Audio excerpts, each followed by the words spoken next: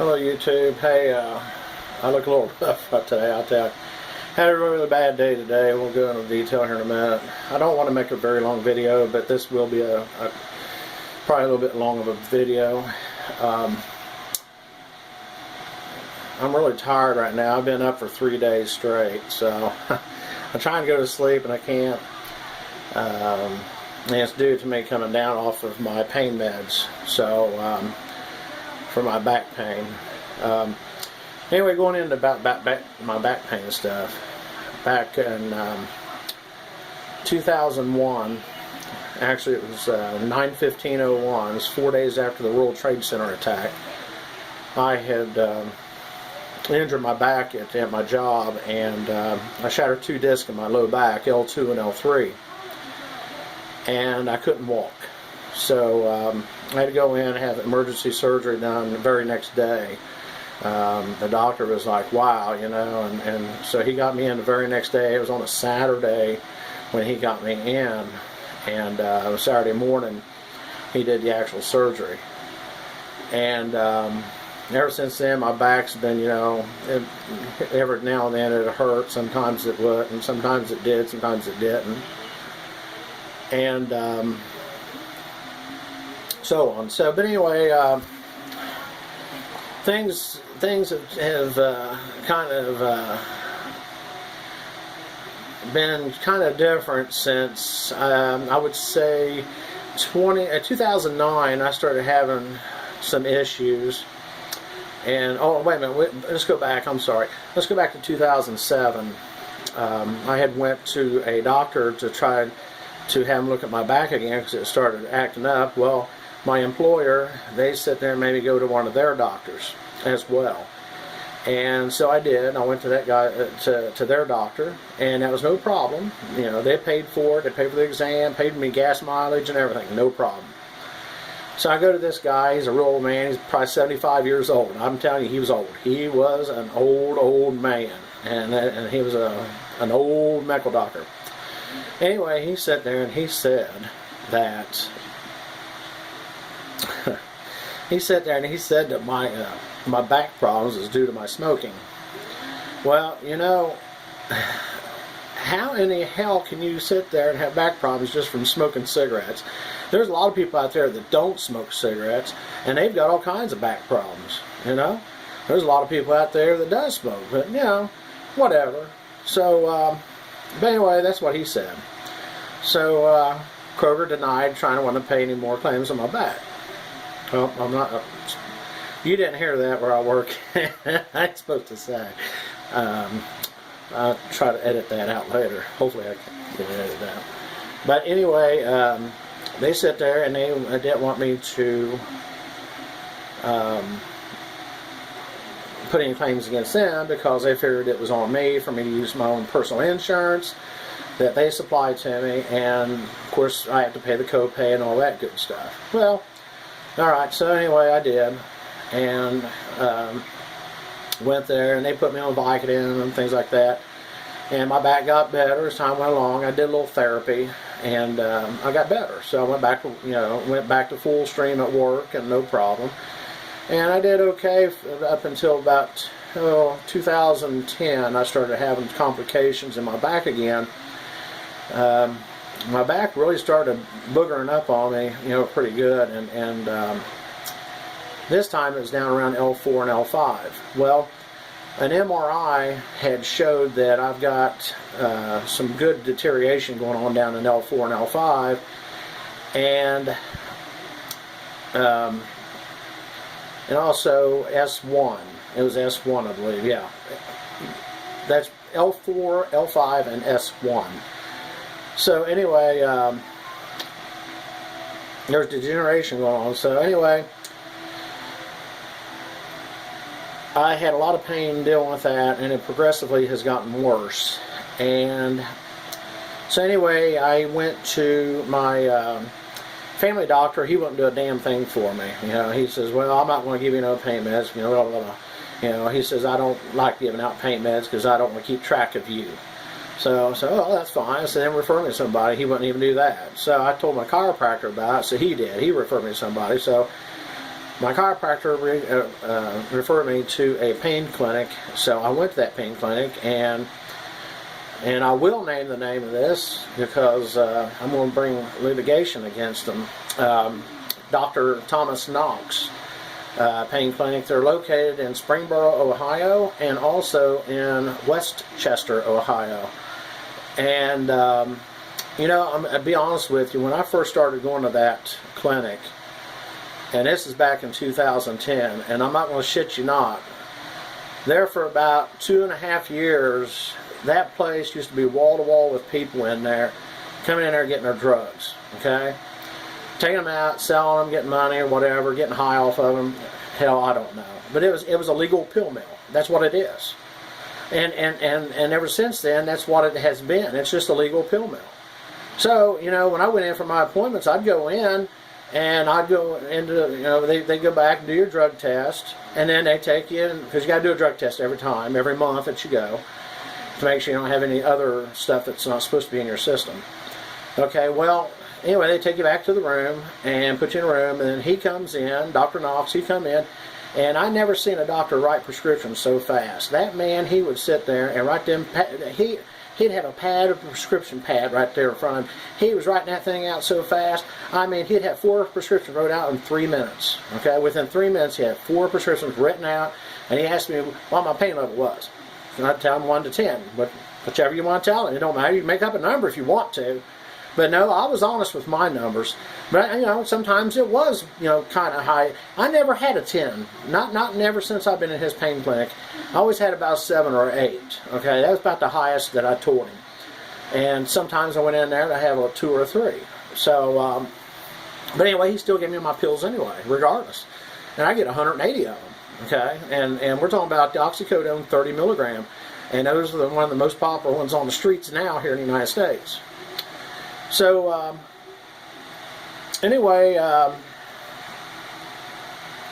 like I said, it was just a legal pill mill because he was in and out of the room within 3 or 4 minutes, and I mean, I'd never seen a man write stuff down so fast as this guy did. So anyway, I went to him, and this was going on for 3 years. I've been going there 3 years. And in the past year, he got an associate, and then I started seeing his associate and to help him out. But ever since the past year, they've been weeding out, if you want to know what I mean. Starting to weed people out of there, okay? So you see where I'm getting to. So anyway, here it goes, okay? He gets this guy to come in to help him. Well, let you know that I did do pain blocks. I did several pain blocks with him. I did a set of 6 and another set of 6. And then I had a stimulator put in my back, which I have that attached inside my body. And I got a remote control that I can sit there and kind of elevate it, lower it down, You can sit there and do whatever you can kind of raise it up and lower it down. Well, the damn thing sits there and shocks the shit out of me sometimes. And I mean, it hurts. It's like getting zapped by a taser. And it's inside your back. I mean, it's under your skin. Actually, it's an implant. And I can't go through metal detectors, I can't go through metal detectors and whatnots, like at security, airports, courtrooms, or anything like that, because of the implant. So, but anyway, after all that was done and everything, I had good insurance. My employer, they provided us with very good insurance. I have to say our employer at the time really had great insurance. And I had Anthem. Anthem was one of the best insurance policies, which is part of the Blue Cross Blue Shield here in United States. So I had great insurance. So they liked that, because hell, they can charge me $270 to come in there to get pills and out in 4 or 5 minutes. Okay, that's a cha-ching, $270 right out the door. And then plus, I'm sure he gets credit for those pills that he wrote out too. So anyway, like I said, the past year they've been weeding it down, and I will tell you, the last 3 months, it has gotten to the point where they weeded it down to where they took a row of chairs out in there. And I walked in and I was like, man, ain't nobody in here today. I was like, wow, where's everybody at?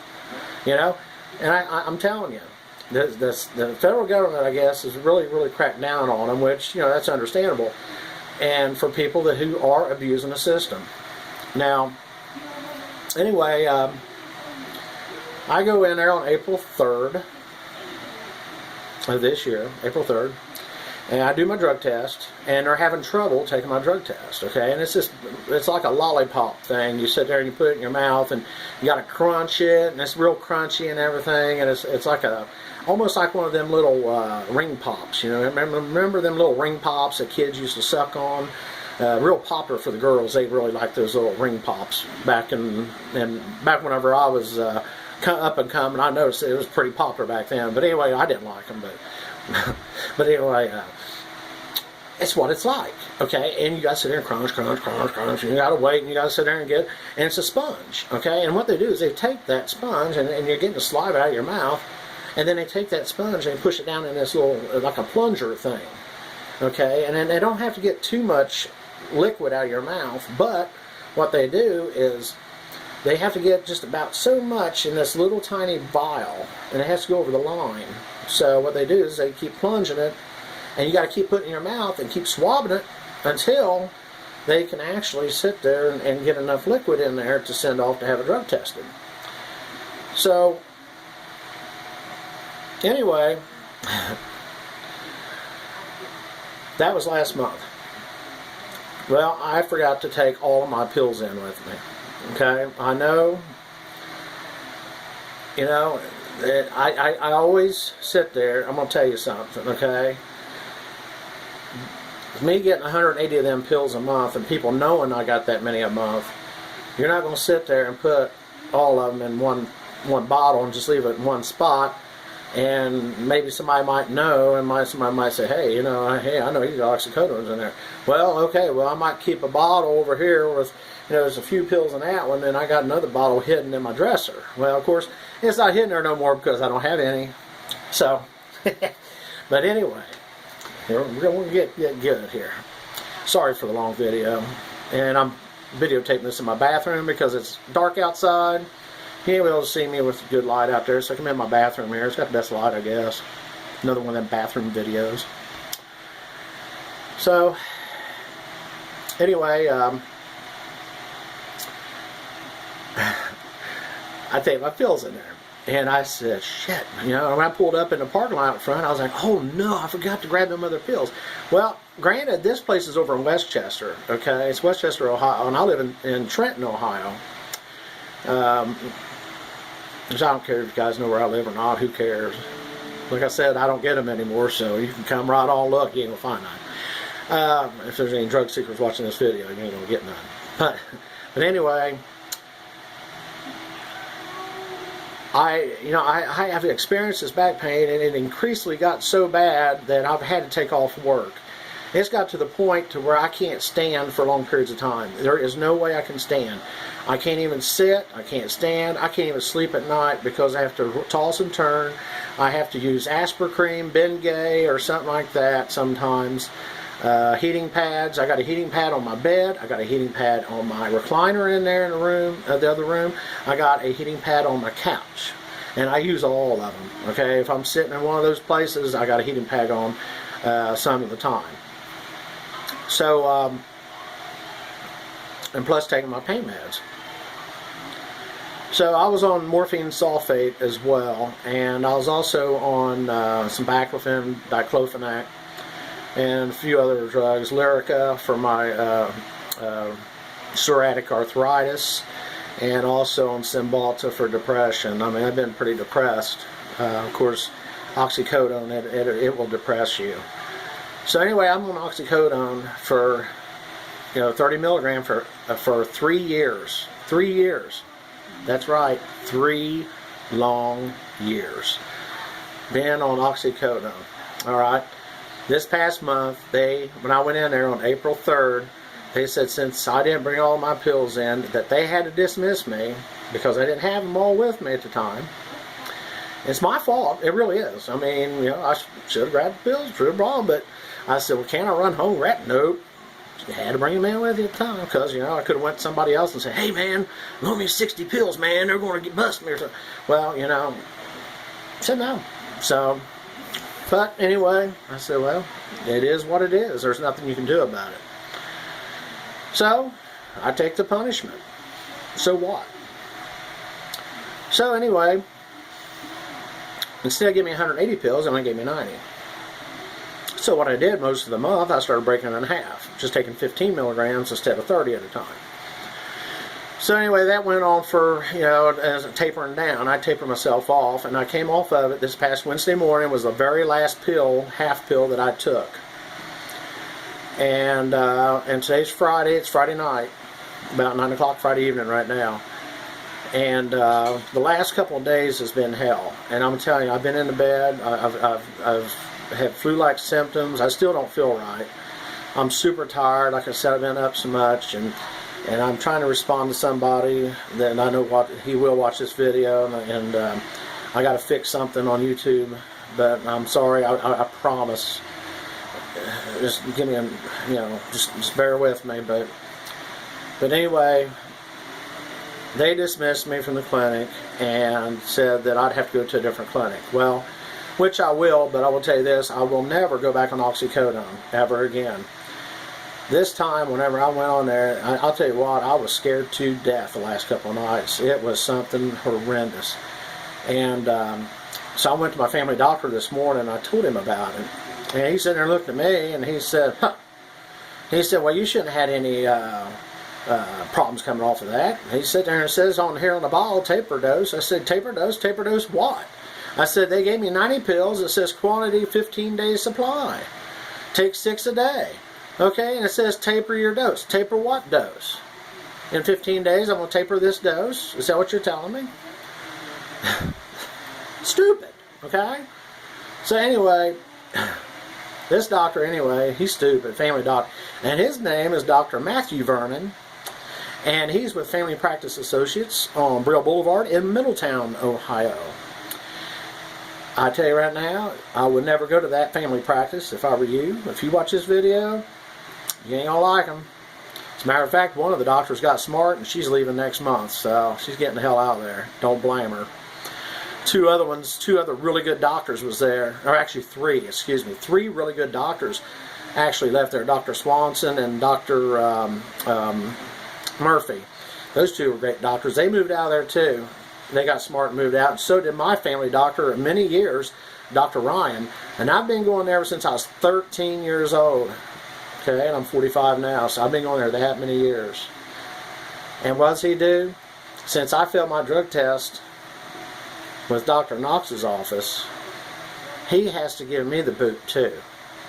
And he never even referred me to this pain clinic, okay? I never got referred to that pain clinic by him. I got referred there by my chiropractor at the time, which was Dr. McGuire in Middletown. He's the one that referred me to Dr. Knox to begin with. So why in the hell did he have to give me the boot at that office for? Just because I went there to ask for help for try to help me to come off of this high and shit? I mean, damn, man, I was sitting there puking and shitting and everything else. I'll tell you what, I haven't ate nothing the last 2.5 days. I can't hold nothing down, no water. I can't even hold water down. Well, I am now. I ate a little bit ago. I did, and boy, it tastes good. And drinking some water and stuff now. So thank God. But hopefully it's starting to ease up some. But man, I'll tell you what, I went in that office today. My blood pressure was way up. It was like 186 over 132, something like that. I think it was only 32, the bottom number. And my pulse was super high. He said, wow, he said, your blood pressure is awful high today. And I said, well, damn, that's probably because I'm sick. I said, I told you. He said, well, there's a flu bug going around. I said, you motherfucker. I said, I ain't even been out of the house. I ain't went nowhere. I've been in the house. How in the hell am I going to catch a flu bug? I ain't even been out of the fucking house. So how am I going to catch a flu bug? I ain't been nowhere. I haven't been anywhere since Monday. So here I'm thinking, dumb. I sit there and got on the internet last night. And I looked at what side effects are from oxycodone, and it was exactly the same symptoms what I was having. And it said for you to go, if you're having these problems, go to your doctor and tell him, and then he can give you some Suboxone or something like that, and it will take away all that problems, and that way it's easy for you to be able to handle it and everything. Because I tell you, I couldn't sleep or nothing. My legs were just like a restless leg syndrome and stuff, and just moving around constantly and doing this and that and everything else. And it was just it was awful. It's awful. This awful feeling. It's just to have that awful feeling. And that's what I say. I'll never go back on oxys. They're going to find something else. When I go to this new pain clinic and figure out what they can do for me. Right now I'm sucking on ibuprofens and some kind of arthritis pills of some sort. I can't remember what they're arthritis. Voltaren. So that's what I'm taking right now, Voltaren and ibuprofen. So, which I know we're not supposed to mix those two together, but it seems to be helping. So it's subsiding my pain quite nicely compared to what I've been experiencing. I still got a lot of pain, but it's not like it was. So anyway, he wouldn't do nothing for me. He sat there and he said, well, I have to dismiss you too. I said, what? I said, what? What are you talking about? Why do you have to dismiss me? Well, because you failed drug test over there. I said, are you fucking kidding me? I was cussing so loud, and I raised the roof off that office, man. I'm telling you what, whenever I walked out of there, everybody was looking at me, and they knew I went off on him in there. I don't give a shit. He sat there and told me to my face that he had called over there to Dr. Knox's office, and Dr. Knox's office lied on me. Okay? I'm going to get to it. They lied on me and said that I failed my drug test last month. I said, what? I've been going here for 3 years, never failed a drug test, ever, not one drug test, not one, never. No questions, no nothing, everything was hunky-dory, not once. I had the right amount of it in my system, I had the right amount of this and that. You're good to go, no problem. Well, you know why? Because I had Anthem insurance. My employer gave me really good insurance. Hell, they're socking it to them, man. Hell, they're sitting there getting all kinds of bucks out of them. Well, since I've been on sick leave because I can't work, after my insurance ran out, I got switched over to CareSource. And so CareSource is taking care of me, and since it's a Medicaid program, they don't want me to be part of their program over there because I only get like $50, I guess, a patient for each visit versus $270. So see where I'm getting? So anyway, that's the reason why they booted me out of there. They wanted me out of there because they wanted more money. And that's exactly all it is. And I've heard other people talk about this in the past few months. I was like, really? I said, every time I've been over there, he's not been, nothing wrong or different. They said, you just ain't been watching. So now I believe them. But anyway, like I said, he thinned it out quite a bit over there. Things have changed, and, what can you do? If this video cuts off, I'll continue it and have to do a second part. We're up to 23 minutes, past 23, so. I'm not done yet. Just the tip of the iceberg. So anyway, what was next? So I'm cussing him out and everything, and he's acting like this, that, and the other. Plus I'm being treated for my testosterone by him and everything else, and now he just threw me to the gutter. So I have to go without a primary care physician. So I'm like, well, son of a bitch. So you know what? I left, I went home, I called, and I got another one. So thank God I got another primary care physician who I'll go to here with next week. So at least I got lucky on that. Well, I tell you what, I had a shitty day today, though. So they lied on me. And Dr. Vernon came in here and he told me right to my face. He sat there and he said that you sold your pills. He said, you sold your pills because you didn't have none in your system. And I said, well, why don't you drug test me now? I said, I'll take a piss test right now. I said, I guarantee you I got it in my system. I said, I might not took it the last day and a half or so, but I can guarantee you there's still some in there. Oh, I ain't gonna mess with that. I said, that's right, because you know it's wrong.